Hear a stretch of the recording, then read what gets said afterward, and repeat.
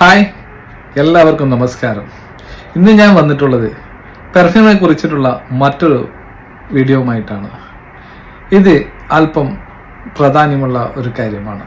എല്ലാവരെയും എൻ്റെ ചാനലിലേക്ക് സ്വാഗതം ചെയ്യുന്നു. എന്നും പറയുന്നത് പോലെ പരമാവധി അവസാനം വരെ, വീഡിയോയുടെ അവസാനം വരെ കാണാൻ ശ്രമിക്കണം. സ്കിപ്പ് ചെയ്യരുത്. പരമാവധി എന്നെ സപ്പോർട്ട് ചെയ്യണം, സബ്സ്ക്രൈബ് ചെയ്യണം. ലൈക്ക്, കമൻറ്റ് എല്ലാം നിങ്ങളുടെ ഭാഗത്തുനിന്ന് ആവശ്യമാണ്. അത് എനിക്കൊരു ഇൻസ്പിറേഷനാണ്. തീർച്ചയായും നിങ്ങൾ അത് ചെയ്യുമെന്ന്, നിങ്ങൾ എന്നെ സപ്പോർട്ട് ചെയ്യുമെന്ന് ഞാൻ വിശ്വസിക്കുന്നു. നമുക്ക് വീഡിയോസിലേക്ക് കിടക്കാം. ഇന്ന് ഞാൻ നിങ്ങളുടെ മുമ്പിൽ വന്നിട്ടുള്ളത് നിങ്ങൾ തമ്പനയിൽ കണ്ടതുപോലെ പെർഫ്യൂം വാങ്ങിക്കാനുള്ള കുറച്ച് ടിപ്സുകളായിട്ടാണ്. ഈ ടിപ്സുകളൊക്കെ മനസ്സിലാക്കി കഴിഞ്ഞാൽ നിങ്ങൾക്കും നല്ലൊരു പെർഫ്യൂം തിരഞ്ഞെടുക്കാൻ സാധിക്കും. കാരണം പെർഫ്യൂം വാങ്ങുന്നതിൽ കുറച്ചധികം ടെക്നിക്കുകളും കുറച്ച് ഐഡിയകളൊക്കെ ഉണ്ട്. അതിൻ്റെ കാര്യങ്ങളൊക്കെ അറിയേണ്ടതുണ്ട്. അത്തരത്തിൽ കുറച്ച് കാര്യങ്ങളാണ് ഞാൻ ഇന്ന് നിങ്ങളുടെ മുമ്പിൽ കൊണ്ടുവന്നിട്ടുള്ളത്. ഇതിൽ ഏറ്റവും പ്രധാനമായിട്ടുള്ളത് നമ്മൾക്ക് ഏത് തരത്തിലുള്ള പെർഫ്യൂമാണ് യോജിക്കുക എന്നതിനെക്കുറിച്ച് വ്യക്തമായ ഒരു ധാരണ ഉണ്ടാക്കലാണ്.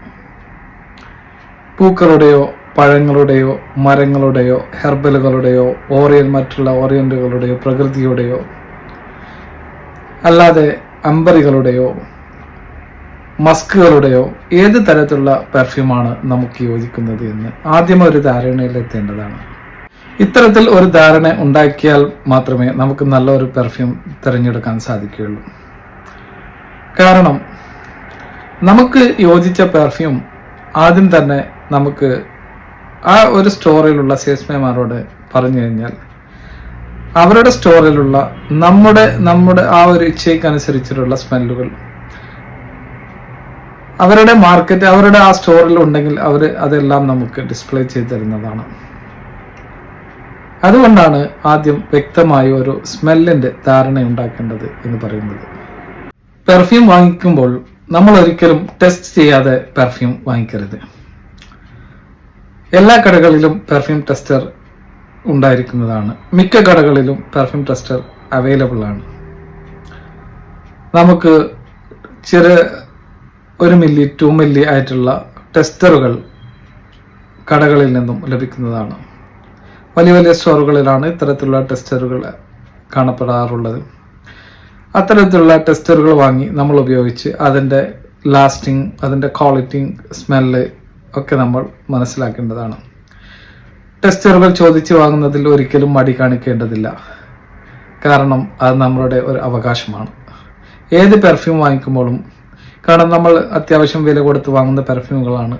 അതുകൊണ്ട് ആ പെർഫ്യൂമിന്റെ ടെസ്റ്ററുകൾ നമുക്ക് ചോദിച്ച് വാങ്ങാം. അല്ലെങ്കിൽ അവരുടെ ആ കടയിലുള്ള ടെസ്റ്ററുകൾ നമുക്ക് ഉപയോഗിച്ച് ഈ സ്മെല്ല് എത്ര നേരം വരെ ലാസ്റ്റ് ചെയ്യുന്നുണ്ട്, അതിൻ്റെ ബേസ് നോട്ട് ഏതാണ്, മിഡിൽ നോട്ട് ഏതാണ്, ടോപ്പ് നോട്ട് ഏതാണ്, ഇതൊക്കെ മനസ്സിലാക്കിയിട്ട് വേണം നമ്മൾ പെർഫ്യൂം വാങ്ങിക്കേണ്ടത്.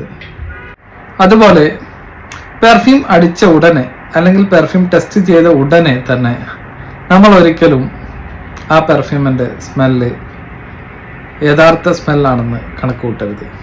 കാരണം ആ അടിച്ച പാട് ഉണ്ടാകുന്ന സ്മെല്ല് അത് ടോപ്പ് നോട്ടാണ്. ഏകദേശം ഒരു 10-20 മിനിറ്റ് കഴിഞ്ഞാൽ മാത്രമേ അതിൻ്റെ മിഡിൽ നോട്ട് നമുക്ക് കിട്ടുകയുള്ളൂ. 1-2 മണിക്കൂർ കഴിഞ്ഞാൽ മാത്രമേ അതിൻ്റെ ബേസ് നോട്ടും നമുക്ക് കിട്ടുകയുള്ളൂ.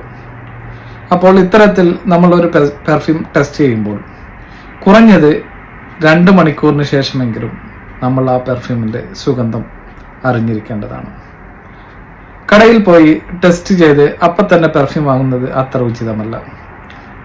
നിങ്ങൾ ഒരു പെർഫ്യൂം ഇഷ്ടപ്പെട്ടു കഴിഞ്ഞാൽ, ഏതെങ്കിലും ഒരു പെർഫ്യൂമിനെ നിങ്ങൾക്ക് യോജിച്ചെന്ന് തോന്നിയാൽ ആദ്യം നിങ്ങളത് നിങ്ങളുടെ ശരീരത്തിലോ നിങ്ങളുടെ വസ്ത്രങ്ങളിലോ ഒന്ന് ടെസ്റ്റ് ചെയ്ത് നോക്കണം. എന്നിട്ട് ഒന്ന് ചുറ്റിക്കറങ്ങി ഒരു 1 മണിക്കൂർ 2 മണിക്കൂറൊക്കെ സമയമെടുത്തതിന് ശേഷം വീണ്ടും അതിൻ്റെ സ്മെല്ല് എത്രത്തോളം നിലനിൽക്കുന്നു, അല്ലെങ്കിൽ ഏത് തരത്തിലുള്ള സ്മെല്ലാണ് ഇതിൻ്റെ 2 മണിക്കൂർ ശേഷമുള്ളത്, അല്ലെങ്കിൽ ഈ 25 മിനിറ്റിന് ശേഷമുള്ളത് എന്നൊക്കെ മനസ്സിലാക്കുന്നത്. അതിനു വേണ്ടിയാണ് നമ്മൾ ഈ ടെസ്റ്ററുകൾ ഉപയോഗിക്കുന്നത്. ഒരിക്കലും ടെസ്റ്റ് ചെയ്യാതെ നമ്മൾ പെർഫ്യൂം സ്വീകരിക്കരുത്. അതുപോലെ പെർഫ്യൂം വാങ്ങിക്കുമ്പോൾ നമ്മൾ കാലാവസ്ഥയെ നന്നായി പരിഗണിക്കണം. വ്യത്യസ്ത കാലാവസ്ഥകളിലുള്ള പെർഫ്യൂമുകൾ നമ്മൾ ഉപയോഗിക്കാൻ ശ്രമിക്കണം. ചൂടുള്ള കാലാവസ്ഥകളിൽ വളരെ ലളിതമായിട്ടുള്ള കനം കുറഞ്ഞിട്ടുള്ള പെർഫ്യൂമുകൾ കഴിവിൻ്റെ പരമാവധി വാങ്ങിക്കാൻ ശ്രമിക്കണം.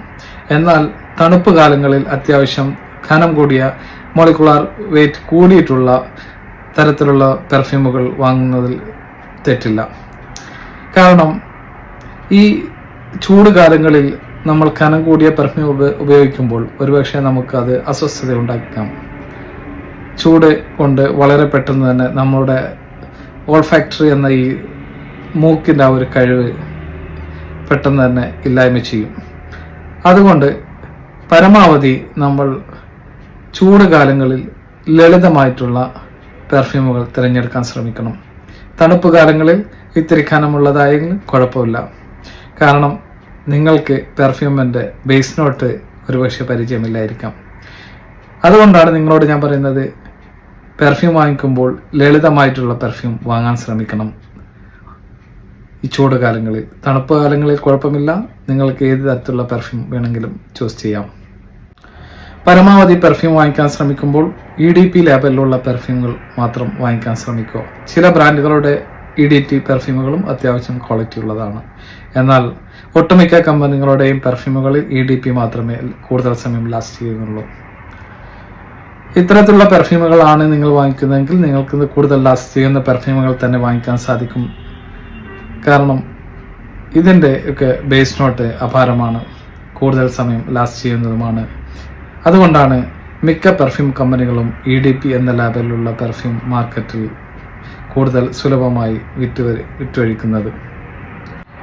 അതുപോലെ നിങ്ങളോട് പറയാനുള്ളത്, ഏതെങ്കിലും ഒരു പെർഫ്യൂം നിങ്ങൾ കണ്ടു കഴിഞ്ഞാൽ ആ പെർഫ്യൂമിനെ കുറിച്ച് നിങ്ങൾ റിവ്യൂ ചെയ്യണം. ഇപ്പോൾ നമുക്ക് ഏത് പെർഫ്യൂമിനെ കുറിച്ചും പഠിക്കാനുള്ള മാധ്യമം ഉണ്ട്. ഗൂഗിളിൽ സെർച്ച് കഴിഞ്ഞാൽ ആ പെർഫ്യൂമിൻ്റെ മുഴുവൻ ഘടകങ്ങളും അതിൻ്റെ നോട്ട്സുകളും അതിൻ്റെ ഓർഡറുകളും പിന്നെ അതിൻ്റെ ലാസ്റ്റിംഗ് ടൈമും ഒക്കെ നമുക്ക് ഗൂഗിളിൽ ലഭിക്കുന്നതാണ്. അത്യാവശ്യം ബ്രാൻഡഡ് കമ്പനികളാണെങ്കിൽ നമുക്ക് പൂർണ്ണമായും അറിയാൻ സാധിക്കും. അതുകൊണ്ട് നമ്മൾ ഏത് പെർഫ്യൂമാണോ തിരഞ്ഞെടുക്കുന്നത് ആ പെർഫ്യൂമിനെ ഒന്ന് ഗൂഗിളിലോ മറ്റു മേഖലയിൽ സെർച്ച് ചെയ്ത് അതിൻ്റെ റിവ്യൂ പഠിക്കുന്നത് ഇത്തിരി ഗുണം ചെയ്തേക്കും. ഇത്തരത്തിലുള്ള ടിപ്സുകളാണ് എനിക്ക് നിങ്ങളോട് പറയാനുള്ളത്. ഇനിയും കുറച്ച് ടിപ്സുകളൊക്കെ ഉണ്ട്, അതൊക്കെ നമുക്ക് അടുത്തൊരു വീഡിയോസിൽ പറയാം. വീണ്ടും അടുത്തൊരു വീഡിയോയുമായി വരുന്നതുവരെ കാത്തിരിക്കാം. ബൈ.